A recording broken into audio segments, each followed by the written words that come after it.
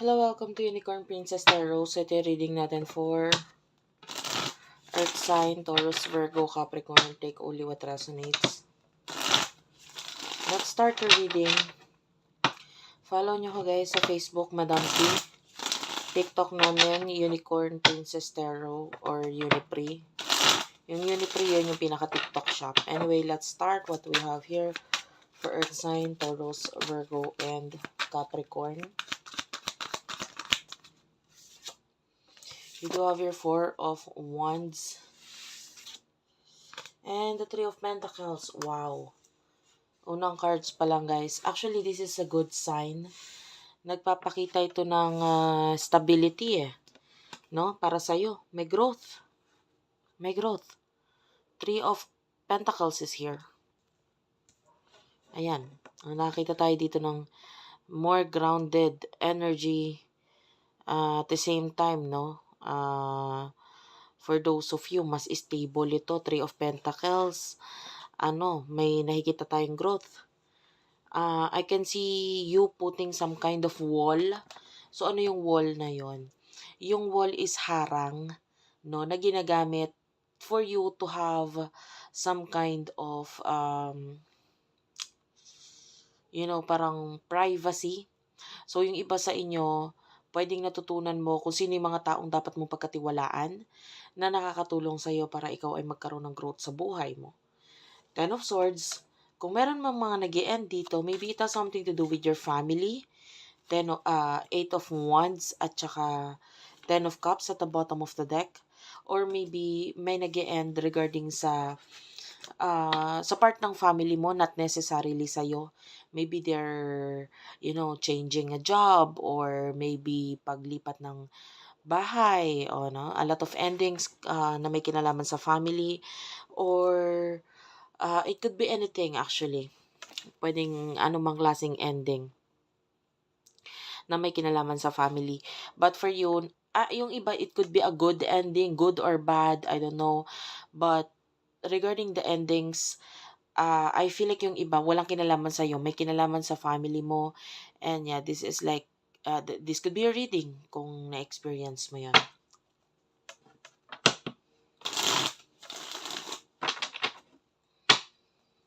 Person nakakonect mo.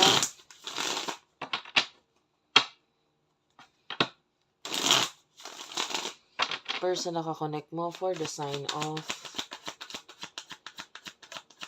Earth sign.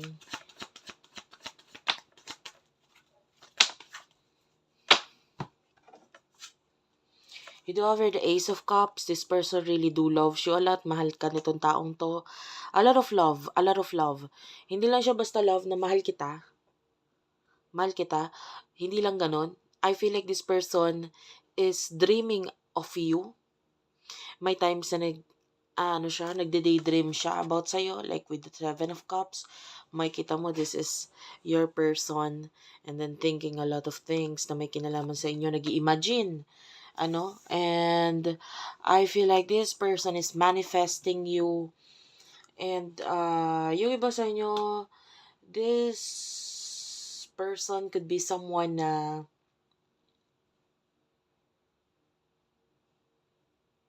I'm feeling like may separation o may pagkakalayo sa inyo ng person na to. Wait, dalawa yung nakukuha kong energy. Yung isa ganito, nagkakaroon ng separation sa inyo pero mahal ka pa rin ng taong to. Yung isa naman is that you could be in a relationship or married na dito sa person na to or merong stable relationship sa inyo and I see a lot of love dito sa person na to. That person could be a dreamer. That person could be someone na parang marami siyang gustong mangyari sa connection ninyo, marami siyang cheche-boreche na iniisip regarding sa connection ninyo. Like, yeah, daydreaming. Anyway, ganito, dalawa yung energy. So, for those of you na you are in a relationship, we do have the strength here, the strength card. Malalim na relationship, matibay na relasyon ang nakikita natin. For those of you who are dealing with past, kasi may past energy I can see a lot of love dito sa taong to. This could be a best friend energy with the strength card. I feel like natatakot siyang masaktan ka. Natakot siyang masaktan ka. You know what I mean? Kasi maybe alam niya sa sarili niya, that's my nature, ganyan ako. So, natakot siyang mag-take ng risk sa relationship, sa connection na ito because natakot siyang masaktan ka niya. Like, wala siyang tiwala sa sarili niya. Okay? I-get mo yung point. But that doesn't mean hindi ka niya mahal. Mahal ka niya. It's just that, kilala niya yung sarili niya. Okay? So, sana nakakuha mo yung kung saan kayo doon. And, yeah. Take only what resonates.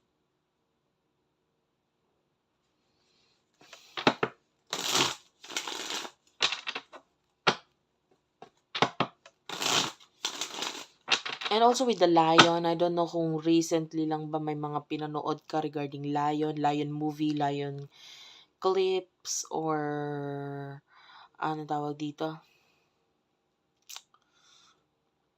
Yeah, maybe sa Facebook habang nag-scroll ka, or TikTok, YouTube, may kinalaman sa Lion. This could be your reading. Or maybe you're wearing a shirt ngayon na may design ng lion. Basta may kinalaman sa lion, guys. Emotion ninyo sa isa't isa.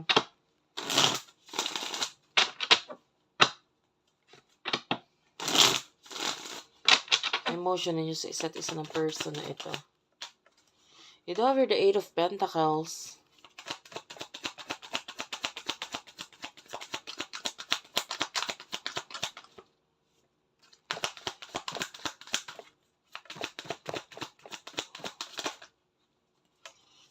Ace of Pentacles and the Star. Major Arcana, the Star.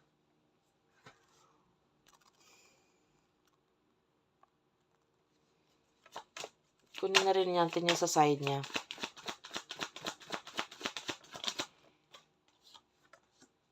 Four of Pentacles. Five of Wands. Why is the Five of Wands here? The Knight of Cups. Okay, kasi dalawa yung energy, no? Balik tayo dun sa you are in a relationship. Okay. Yung iba, matibay yung relationship pero may pag-aaway tayo nakikita dito. But I see love dito sa town. Mahal ka niya, whether nagkaroon ng pag-aaway sa inyo or what. Nagiging makasarili lang yung person na to, okay? And for you, I feel like you're focusing on your work, career, ganyan, and new beginnings. Kasi may pangarap ka. So, okay? And nandito yung main focus mo. But the Ace of Wands is here. Sometimes nagiging heartless or parang hindi mo na iniisip yung mga emotions, etc. etc. Kasi parang masyado kang, in a way, naging, I cannot say greedy pero you're just working hard, kasi may mga gusto ka pang ma-achieve, maabot. And yung emotions niya is hindi nakakatulong for you para ma-achieve yung mga bagay na yun. Hindi mo naman siya nakikita as a threat or what, or makakasira sa mga plano mo, but yung mga actions niya maybe, or yung mga rason niya is hindi siya nakakatulong or hindi siya helpful sa relationship or connection niyo. Okay, para naman doon sa iba na dealing with their past or dealing with the person na may separation, pagkakalayo sa inyo. Emotions niya, of course, nabanggit ko na this person loves you. Ay, ikaw, nagpapaka-busy ka lang, nagpapaka-focus ka sa career mo, trabaho mo. Yeah, meron ka mga sinisimulan ngayon, you want something to happen sa buhay mo. And with the Star, may mga pangarap ka. You are about to shine, by the way. So, ituloy-tuloy mo lang, napapansin ka ng mga colleagues mo, ng boss mo, or with regards to sa business, yung mga clients mo, customers mo, you are really shining right now like the star. No, you are meant to shine. So, ituloy mo lang yung mga ginagawa mo. Oh, I'm sorry. I forgot to, medyo vulgar pala itong si Star. Ayan. Honestly, para doon sa mga matagal lang nanonood, alam nila yan. Kasi kino-cover ko kasi yan nag-aano si YouTube, bawal daw yung may mga picture na ganyan. But anyway, I'm just hoping hindi talaga niya nakita. Hindi mapansin ni YouTube yun. Okay. Kasi madalang naman nila mapansin. Pero pag napansin nila, talagang mag-aano sila. Mag-warn, parang ganun. Anyway, yung for those of you dealing with someone na malayo, I still see the love there. Pero tagong-tago ha, Four of Pentacles, nakakaramdam ako dito ng tagong-tagong energy. And with the Five of Wands, pwede kasing itong pagmula ng away or pagkakagulo. But I see love here. Kumbaga pag sinabi niya or pag pinakita niya yung love, I feel like may magagalit or may magiging gulo or away dito sa inyong connection na ito. Ba't mahal ka niya?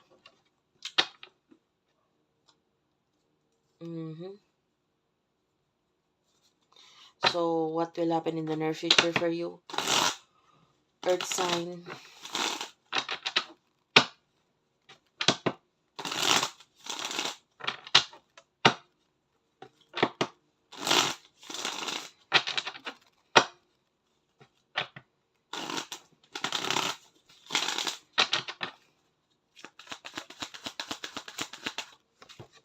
In the near future, you do have the Six of Swords and the King of Wands. Whatever you deal in the past, I feel like kinakalimutan mo na yon or you're moving on, focusing sa iyong, ay gano'n pa rin, focus sa business, career. I mean, hindi ako nagtataka, you are an earth sign, you are very well grounded, 'di ba? So pagdating sa sa lahat, especially sa career, you want to focus doon sa parang pagtatanim sa career mo, gusto mo matibay yung pinaka pundasyon, no? Not unless na matibay na ito, hindi mo talaga ito titigilan. Focus ka talaga sa career mo na maging matibay at maayos. You are a grounded element sign, earth sign. So, Six of Cups, regarding the person in the past, yan, there's a spiritual connection sa inyong dalawa. So, tell me about this. Tell me about the past person, your future.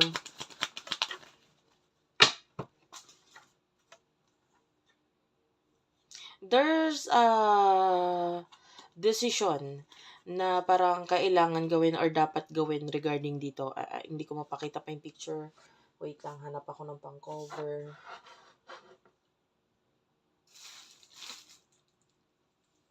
Medyo vulgar kasi din.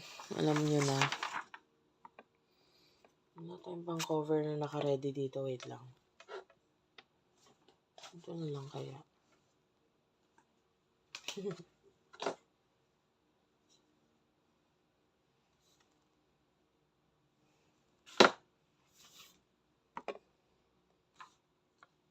Ayan. So, nakakita ko ng pang-cover pero ano siya. Papel lang. Ayan. So, medyo vulgar kasi. Kaya hindi ko siya mailapag sa harapan ng camera. So, you over the Lovers, the Two of Swords, and the Five of Pentacles. I feel like there's a decision na kailangan gawin regarding some kind of partnership, relationship. I feel like hindi sa'yo to. It could be someone nakakonect niya. And parang may mga decision siyang kailangan gawin dito. Like, honestly, with the Five of Pentacles, it's a decision wherein magbibigay sa kanya ng big change and pwede may mga bagay na mawala sa kanya right after the decision. No, kung yun yung magiging decision niya to, maybe end the relationship, the connection, pwedeng ganyan. Pero hindi siya kasi sigurado dito the Four of Cups. Kasi with the Death card, ayan parang gusto niya ng ending. Death card is an ending card, but parang with the Temperance, wait lang. Meron pa siya mga hinihintay and hindi niya alam kung anong kakalabasan or anong mangyari after nito. So, not sure masyado doon sa ending na yon. Anyway, ano yung near future for you, for those of you na magkarelasyon?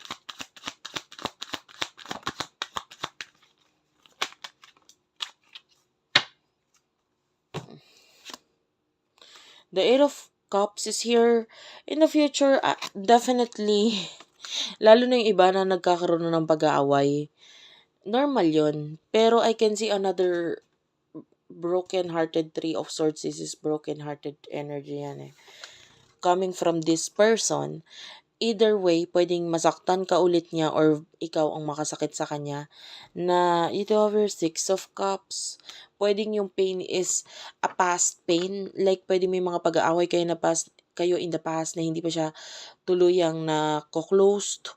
So, there's still pain na parang nandun pa rin na nakakling doon sa past. So, for what I can see here, there's a possibility of mag-resurface yung mga pain na yan, bumalik yung mga sakit na yan na pwedeng may kinalaman dito sa mga away or hindi ninyo pagkakaintindihan in the past. So, be mindful, be careful, ganyan. Pwedeng masaktan mo ulit yung person na to kasi sabi ko nga it could be you or vice versa. Pwedeng ikaw ang masaktan. Kung ano man yung mga unfinished business ninyo sa past, or hindi nyo pa, umaga na doon pa rin yung pain, itry nyo as much as possible na, of course, pag-usapan, ayusin, at magkaroon ng closure or, madali naman yan kung willing ang bawat isa na makipag-communicate. Okay? Thank you for watching. I love you all and bye-bye.